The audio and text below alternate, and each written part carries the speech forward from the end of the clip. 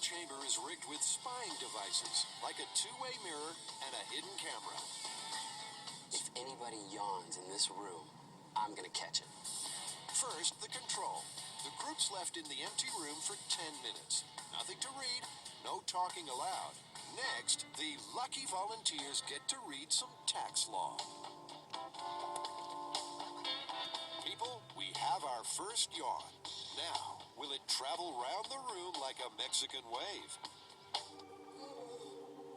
The first two tests are inconclusive.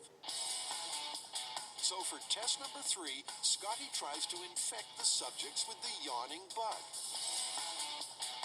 But they appear to be totally immune.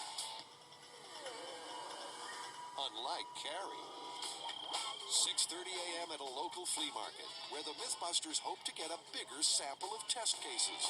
This time, they are testing one variable only, the seated yawn. Carrie will yawn at 2 of every 3 subjects as she ushers them into their cubicle. And after the drought, a flood of yawning is unleashed. The Mythbusters suddenly have the Midas touch. The results are in, and when the people we tested got no seed yawn, no stimulus, they yawned 25% of the time. When they got stimulus, they yawned 29% of the time. I'd say it's confirmed. There's little doubt, it does seem to be contagious. And I bet the audience at home right now is probably yawning.